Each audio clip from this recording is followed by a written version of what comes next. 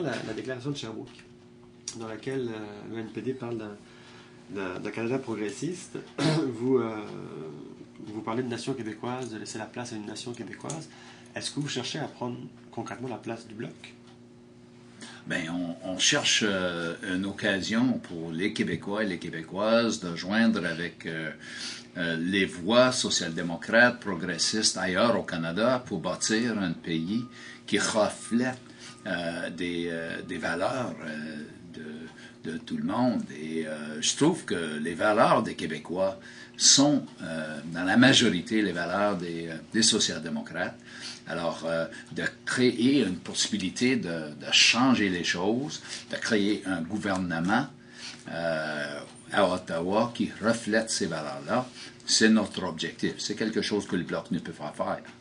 Mais il reste que régionalement, le Bloc, depuis 16 ans, en fait, avec les deux circonscriptions, était représenté en fait, dans la région. Donc il reste que les électeurs, ou bien ont voté pour un homme, ou bien ont voté pour un parti, mais les électeurs ont mis comme député fédéral depuis 16 ans ici un bloquiste. Donc quels arguments vous allez apporter à ces électeurs-là bloquistes pour leur dire, cette fois-ci, vous ne votez pas Bloc, vous votez NPD? C'est pour joindre avec les autres, pour créer un vrai changement. Parce que avec le Bloc, on ne peut pas vraiment changer les choses, parce qu'il ne se présente pas ailleurs au Canada. Alors, il y a impossibilité d'avoir un gouvernement bloquiste au Canada. Mais avec les néo-démocrates, on a cette possibilité. On l'a vu dans quelques provinces. Et ce que je trouve que nos politiques contre la guerre, pour l'environnement, pour la solidarité sociale, pour une économie plus juste, ce sont les valeurs des Québécois. Et comme quelqu'un né et grandi au Québec, je connais très bien ces valeurs-là. Et d'avoir la possibilité, et je tends la main aux Québécois et Québécoises de joindre avec les autres pour réaliser nos rêves pour nos enfants et nos petits-enfants. Si je peux vous permettre, c'est une des choses qui m'a le plus motivé à me lancer en politique active. J'ai des jeunes enfants, mais je me lance tête baissée. Dans ce que je fais, j'ai vu des engueulades de champ de compétences qui ont empêché des gens de recevoir de la formation qui leur permettrait de rester en emploi. Puis ici, à Saint-Jean-Port-Joli, ça, ce volet-là, cet aspect-là d'appelons ça le conflit fédéral-provincial, ça peut pas durer une autre génération. Là. La personne qui a besoin d'argent pour sauver son emploi, la couleur du chèque, là, c'est très secondaire, elle va perdre son emploi. Donc, d'avoir quelqu'un qui veut au fédéral dire, ben là, on a déclaré qu'on vous respecte. Là. Avant, on ne vous demande pas d'embarquer dans quelque chose de progressiste avec nous sans vous dire comment on va vous respecter à l'avenir. On vous dit clairement qu'on vous respecte avant de se lancer dans ce qui serait, j'ose pas dire ça, mais un beau risque, disons. Donc, c'est ce que j'ai apprécié de l'approche d'une PD à ce niveau-là. Parce que vous aviez, je pense, dans votre parcours politique, des approches avec le Bloc québécois. En fait. J'ai donné un coup de main à M. Duceppe pour ses premières assemblées, un sérieux coup de main, il y a 15 ans de ça. Mais après 15 ans, il arrive un temps où il faut aussi regarder le réel. Ça fait 15 ans qu'il y a une position qui est souvent pas constructive de part et d'autre. Ça fait 15 ans qu'il est là, et il y a encore 70% de nos concitoyens qui ne veulent pas se relancer dans une aventure référendaire. Alors, est-ce qu'on va... Ça fait une génération, là, qu'on est là-dedans. Là. Est-ce qu'on va imposer les mêmes dynamiques qui fait qu'il y a plein de dossiers importants, là. Les dossiers, c'est pesticides, c'est la formation continue, qui sont ralentis, qui ne fonctionnent pas. Est-ce qu'on va imposer ça à nos enfants pendant encore une génération complète? Moi, je ne suis pas à l'aise avec ça. Je ne suis plus à l'aise avec ça.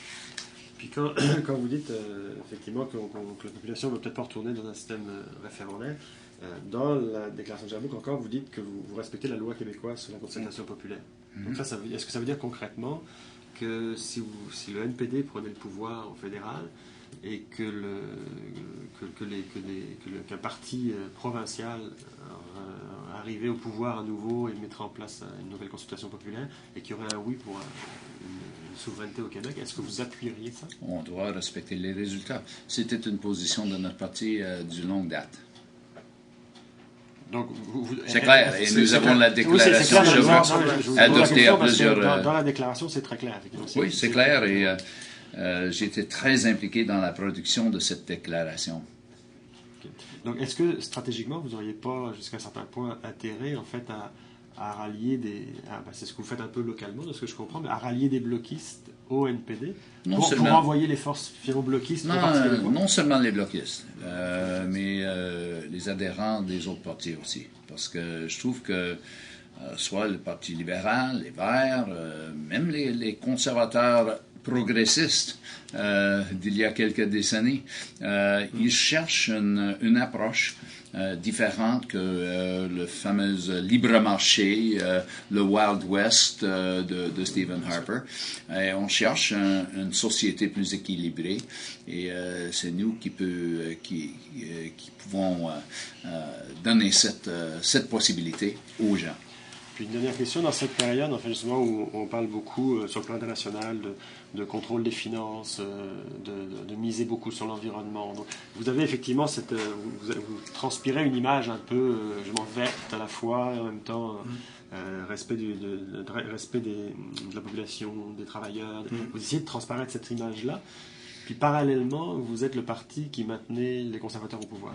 Ça se justifie comment ça? Non, c'était le Bloc qui a maintenu les conservateurs en pouvoir pendant presque 2 ans.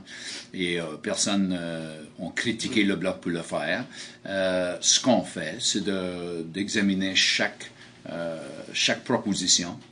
Et on prend une décision là-dessus. C'est cas par cas. C'est pas un chèque en blanc, comme a donné les libéraux, par exemple. Pour nous, c'était 1 milliard de dollars pour les chômeurs et leurs familles. Et nous pensons que voilà quelque chose de très, très important, plus important qu'une élection. Et c'est pourquoi on a appuyé cette politique-là. Mais si on est présenté par une politique à la part de M. Harper pour prolonger la guerre en Afghanistan ou attaquer encore une fois l'environnement, on ne peut pas compter sur l'NPD de le maintenir en pouvoir avec un chèque en blanc.